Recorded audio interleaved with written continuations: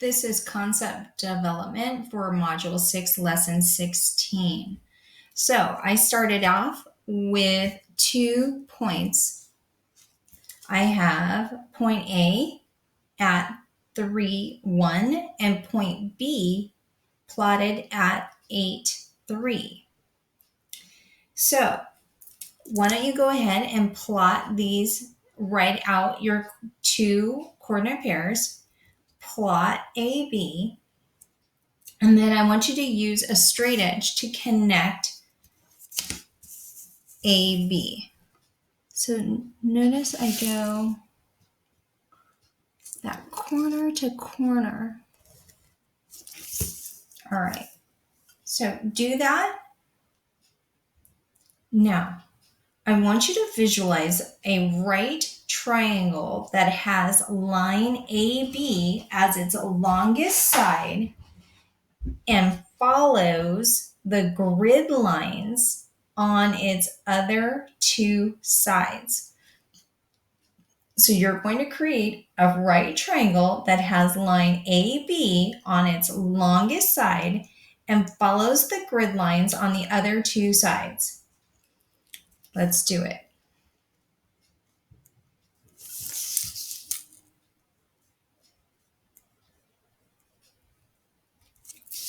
All right. So, how would you describe this triangle? What is a way to describe it? So, to describe it, you would say it's 2 units high and 1, 2, 3, 4, 5 units long, correct? Yes. So, I see a triangle below line AB. The longer side is 5 units long, and the shorter side is 2 units high.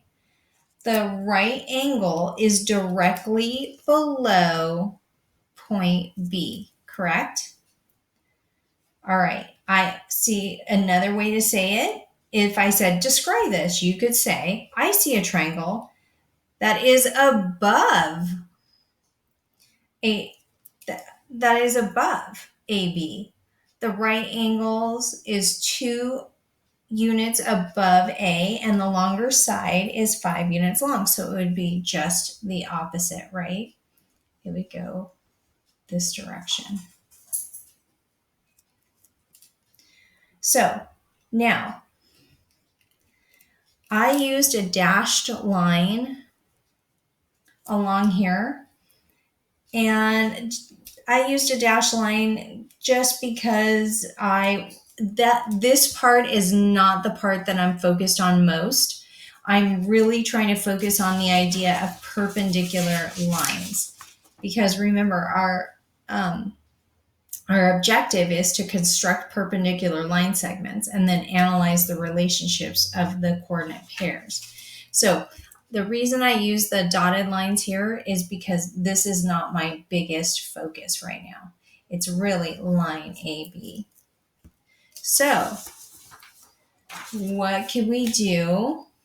Oh, what else do we know? We know this is 90 degrees. So what do these 2 angles have to measure up to? Well, we know they're acute angles, and the sum of the 2 acute angles is going to be 90 degrees, because the sum of these 2 have to equal 90 if this is 90, because when you add them all together, it has to equal 180. Okay, imagine how we could use this triangle and the grid lines to help us draw another segment whose endpoint is A and is perpendicular to AB. So I have my little triangle right here. So how could we play with this other triangle to create a line that is connected, whose endpoint is A and is perpendicular to B? We did that yesterday. What did we do? Well, you could slide this triangle. You could slide it to the left like we did before and then turn the triangle up, right? We could turn the triangle up and mark the top vertex. But it has to be the same. It's going to be the same right here. So if we took this guy and turned it, what would point C be? C is going to make a perpendicular line. Think about it for a second. How would you actually solve that? So if you didn't have a ruler, but the grid lines are straight, so we could slide, let's pretend we slid the triangle over and flipped it up. What could we do?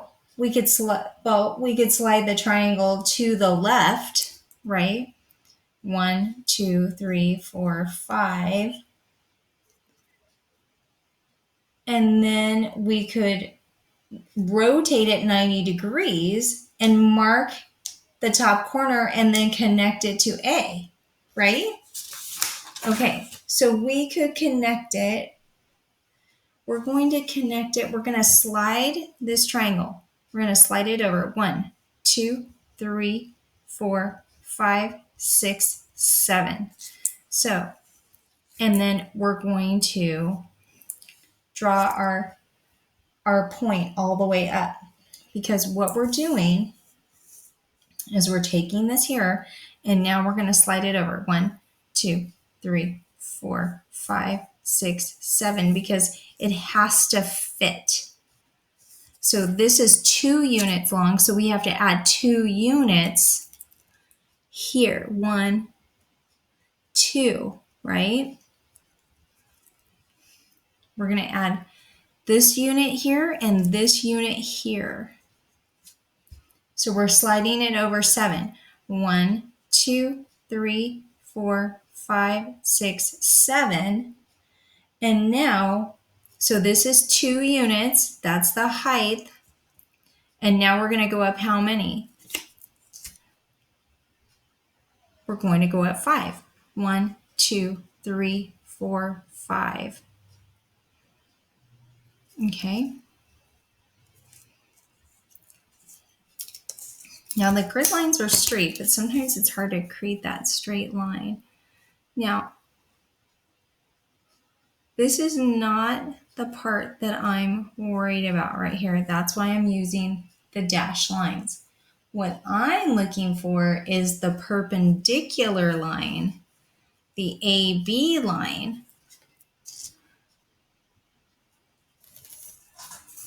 This is C. Here. So now, here's our perpendicular lines. What is our coordinate pair for point C? It's 1 and 6, right? All right, so if you can kind of visualize with me how we did that, we flipped it. We're going to move it and then flip it. We moved it and flipped it to find that perpendicular line. All right. So now use the table to compare the x coordinates of the points A and B. Well, it's 3 and 8 and 1, right? Or it's 1, 3, 8, depending on how you look at it.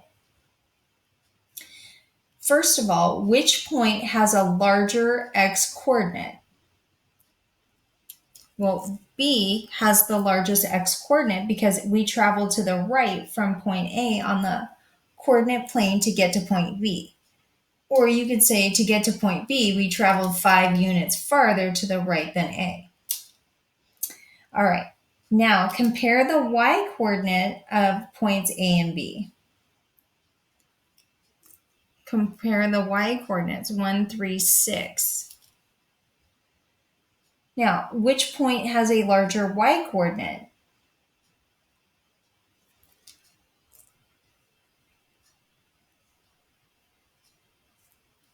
Well, the y coordinate for C, if we're just talking about AB, it's going to be B. B is a larger than has a larger y coordinate because we traveled up from point A to get to point B. Or you could say we traveled 2 units up on the coordinate plane to get to B. Or it has a height of 2 more than A. All right, so on A, the vertex here of this triangle, or this angle, if you will, sorry, we didn't connect it to make it a triangle. This angle here,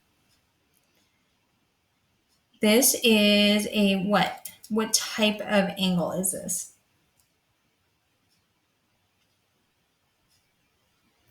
It is a right triangle. I mean, right angle. All right, so how do these differ? First, A versus B. Well, the x coordinate is 3 and the y x coordinate is 1. On A, the y coordinate is 1 and the y coordinate is 6. And we did this by simply sliding and flipping our triangle to find that perpendicular line. All right, so let's try this next example, DEF. So what if I give you coordinate pair of 2, 3, and 5, 2. Plot those 2 points and then use a straight edge to connect those points. Do the same thing that we did here. I want you to imagine a triangle. Imagine a triangle. And then I want you to try to play around with the idea of moving your triangle and flipping it in order to create a perpendicular line. Try it out and come back and check to see how you did. All right, so did you end up with 2, 3, 5, 2, and then 6, 5? So I went ahead and I drew out my triangle and I plotted my points. And then what I did is I went, well, 3 jumps plus 1 for the base, and then I went up 4 jumps. Okay, so I jumped over 3, 1, 2, 3, and then so 1, 2, 3. I had to add 1 more for this distance here to create this short side, the height of the other triangle, and then I had to jump up 1, 2, 3 this way in order to create that line. So I ended up with 6, 5. Now, looking at this next coordinate plane that you're going to be working with, I want you to plot 3 and 2.5 and 2 and 1. I want you to connect the lines.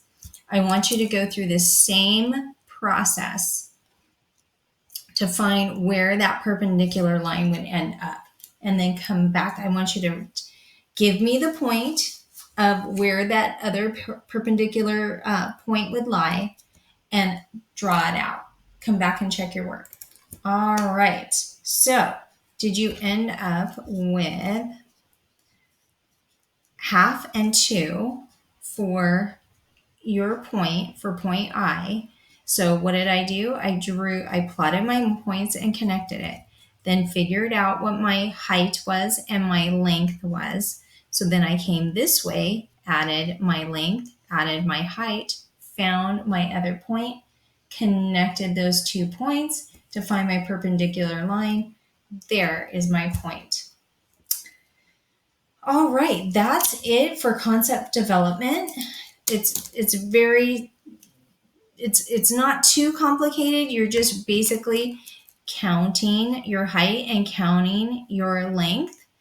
and you're creating that perpendicular line in the other direction. So for your problem set, you will have, yes, you will have the same exact thing, but you will have to explain yourself. All right, come back, and after you've spent time working on your problem set, you've done your very best, come back and check your work.